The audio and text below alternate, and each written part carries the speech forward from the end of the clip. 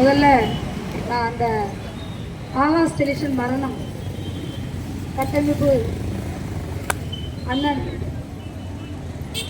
லெலின் அவர்களுக்கு தான் முதல்ல லெலின் தோழர் அவர்களுக்கு தான் நான் நன்றி சொல்ல கடமைப்பட்டிருக்கேன். ஏன்னா போராட்டம் நம்ம ஒவ்வொரு இடத்துலையும் போராட்டம் எத்தனை நாள் நடக்குங்கிறது எல்லாருக்குமே தெரியும். முதல்ல ஒரு 3 நாள் நடத்துவாங்க, இல்லை 2 நாள் நடத்துவாங்க, மிஞ்சி போனால் 1 வாரம் கூட நடந்திருக்கு, பார்த்துருக்கோம். அதான் போராட்டம் மக்களுக்கு எப்படின்னா எப்பயுமே போராட்டம் தான், வாழ்க்கையே ஒரு போராட்டம் தானே. இந்த ஆகாஷுடைய மரணம் போராட்டம் மட்டும்தான் இன்னைக்கு இன்னையோட சொல்லப்போனா 100 நாட்கள் ஆகுது. 100 நாட்கள் என்பது மிக வேதனையான ஒரு ஏன்னா ஒரு இளைஞர் அடித்து கொல்லப்பட்டு பாரதியில் கிடக்கான். இந்த சிஎம் முதலமைச்சர் ஜோசப் அவர்களை பெருமையா சொன்னாங்க. இதே தேவேந்திர குல வேளாளர் மக்கள் தான் பெருமையா சொன்னாங்க, புதிய ஆட்சி வரட்டும் நமக்கு நீதி கிடைக்கும் அப்படின்றாங்க. ஆனா திமுக ஆட்சியில தான் 28 லாக்அப் டெத் நடந்துச்சு.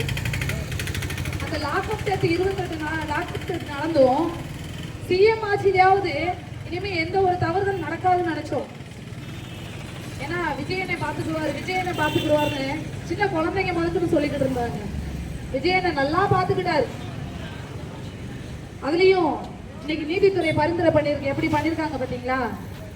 5 நாள் மக்களுக்கு இடையரா இருக்கும் சொல்லி போராட்டம் பண்ணோம். அங்கிருந்து நமக்கு நீதி கிடைக்கும் அப்படின்றதுக்காக தான் மக்களுக்கு பிரச்சனை இடையூறே இல்லாம ஒரு ஓரமா வந்து பண்ணிக்கிட்டு இருக்கோம். யாருக்கு எந்த ஒரு இடத்திலும் பண்ணாம மக்களுக்கு நீதித்துறை சொன்ன பரிந்துரையை கேட்டு நம்ம வந்து ஒரு ஓரமா பண்ணது தப்பா போச்சு. எல்லாரும் போல போராட்டத்தை மறுபடியும் கைவிடாம அந்த இடத்துல பண்ணியிருந்திருக்கோம். ஏன்னா நம்ம வந்து கோர்ட்டை அவமதிக்காம கேட்கிறோம். ஆனா நம்ம கேட்டு கிடக்கிறதுனாலதான் இன்னைக்கு மார்க்கெட்ல 100 நாளா கிடக்கான். ஒரு இளைஞர், பட்டதாரி இளைஞர் ஆகாஷ் டெலிஷன் கிடக்கான், சும்மாவா கிடக்கான்? ஐயா அவனை என்னென்ன சித்திரவதைப்படுத்தினாங்க அந்த 16 பேரும். அந்த 16 பேரையும் நம்ம அரெஸ்ட் பண்ண சொல்லல, 2 பேரை தான் சொல்றோம். திலீபன் குகனை அரெஸ்ட் பண்ணுங்க, நாங்க உடனே வாங்கிறோம் அப்படின்னு. அவன் இறந்ததுல இருந்து அதை தான் நம்ம கேட்டுக்கிட்டு இன்னையோட 100 நாள் ஆகியும் நமக்கு எந்த ஒரு நீதியும் கிடைக்கல. சாமானிய மக்களுக்கு நீதி கிடைக்காதுங்கிறத நிறைவுபடுத்துறாங்க. இந்த நீதித்துறை என்ன இதுல இது பண்ணாரு? நீங்க தகப்பனார் பாடிய வாங்கிட்டா அவங்க காவல்துறை கூட்டி போய் அடக்கம் பண்ணுவாங்களாம். காவல்துறையா பேத்தான் அடக்கம் பண்றதுக்கு இல்ல காவல்துறை பிள்ளை இப்படி பத்து இறந்து போய் கிடந்தாங்க, காவல்துறை இப்படி சொல்லுவாங்களா? இல்ல நீதித்துறைய மகன் இப்படி கிடந்தாங்க, நீதித்துறைய வந்து காவல்துறை அடக்கம் பண்ண சொல்லுவாங்களா? ஏன்னா காசு இருக்கிறவனுக்கு காசு இல்லாதவனுக்குதான் ஒரு உயிரா நினைக்க மாட்டான். எப்படி நினைப்பான்? மக்களே ஒற்றுமை இல்ல. அவன் என்ன பண்ணுவான்? 10 நாள் போராடுவான், 2 நாள் போராடுவான், அடுத்து இப்படி மயக்க பிடிச்சு வந்து அவன் வீட்டுக்கு போயிடுவான். என்ன பண்ணுவான்? ஆனா இவ்வளவு போராட்டத்திலேயே 100 நாள் ஒரு மனுஷன் ஒரு கட்டமைப்புக்கு ஒரே நல்ல போராட்ட குழுக்குள்ள ஒரே ஆளா இருந்து நீதிக்காக குரல் கொடுத்துக்கிட்டு இருக்காரு. ஆனா இந்த ஊர் மக்களே அவருக்கு சப்போர்ட் இல்ல. எப்படி சப்போர்ட்டா இருப்பாங்க? இப்படியே வர்றவங்க ஃபுல்லா நாங்களே வாங்க வாங்க வாங்கன்னு சொல்லி கூப்பிட வேண்டியதா இருக்கு. கேட்டா நீங்க வெளியில இருந்து வந்து மயக்க பிடிச்சி பேசி போயிருவீங்கன்றாங்க. நாளைக்கு அவங்களுக்கு இந்த இழப்பு வரும்போதுதான் தெரியும் ஏன் மயக்க பிடிச்சி பேசுறாங்க, எதுக்காக கத்துறாங்க, எதுக்கு குரல் கொடுக்குறாங்கன்னு. ஆகாசுடைய தகப்ப ஆகாச இழக்கல, எல்லாருமே இழந்திருக்கோம்.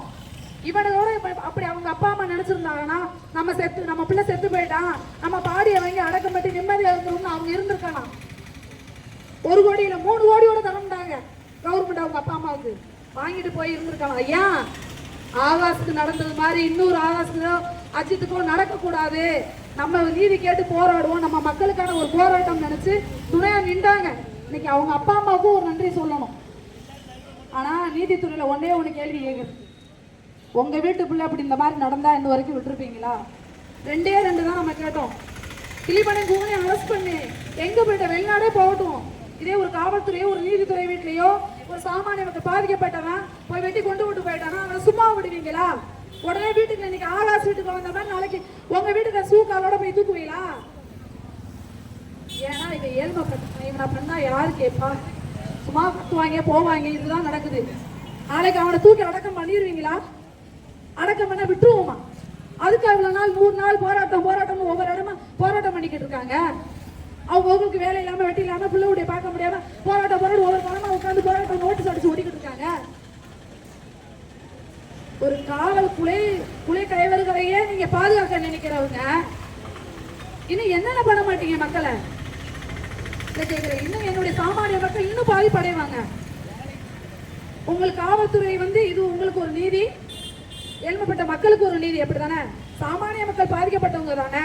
என்ன பண்ண போறோம்? காலம்பெல்லாம் கத்திக்கிட்டே போவோம். இதுதான் அவங்க நினைச்சுட்டு இருக்கீங்க. தகப்பனார் இன்னைக்கு நாங்க வாங்க மாட்டோம்யா, பாடிய வாங்க மாட்டோம், எங்களுக்குள்ள நீதி கிடைக்கிறதுக்கு வாங்க மாட்டோம். நீங்க நாளைக்கு அவனை மார்க்கெட்ல தொட்டி தூக்கிடுவீங்களா? அடக்கம் பண்ணும் நீங்க உத்தரவு விட்டானா நீங்க எனக்கு கடவுளா நினைச்சுக்கிட்டு இருக்கீங்க. மக்கள் 50 பேர் 20 பேர் என்ன பண்ண முடியும்? மிஞ்சி போன எல்லாரும் மேல எமரா போட்டு உள்ள தூக்கி வைப்போம். நீ கணக்கு போடு, நீயே கணக்கு போடும் போது நாங்க மனக்கணக்கு போட மாட்டோமா? ஒவ்வொரு இடத்துலயும் களம் இறங்கி பேசுறோம், ஒவ்வொரு கணக்கு போட மாட்டோமா? நீ நாளைக்கு அவனை தொட்டு முடியுமா உங்களால? அதுக்கப்புறம் தெரியும்.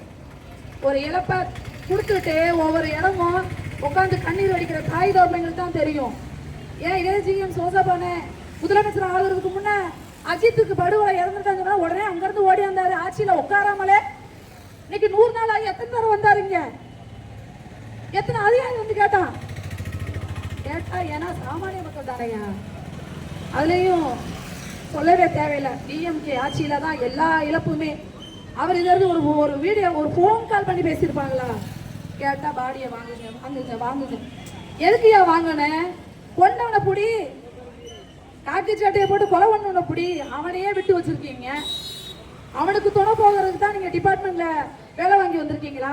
இல்ல படிச்சு வேலை வாங்கணுங்கிறீங்க? என்னத்த படிச்சு கிழிச்சிங்க உயிர் எடுக்கிறதுக்கா? டாக்டர் தான் கொலை பண்றேன்னு கேள்விப்பட்டான். இப்ப நீங்களே காக்கி சட்டையை போட்டு லத்தி எடுத்து கொலை பண்றீங்க. அவன் என்ன துடிச்சு செத்துருப்பான்.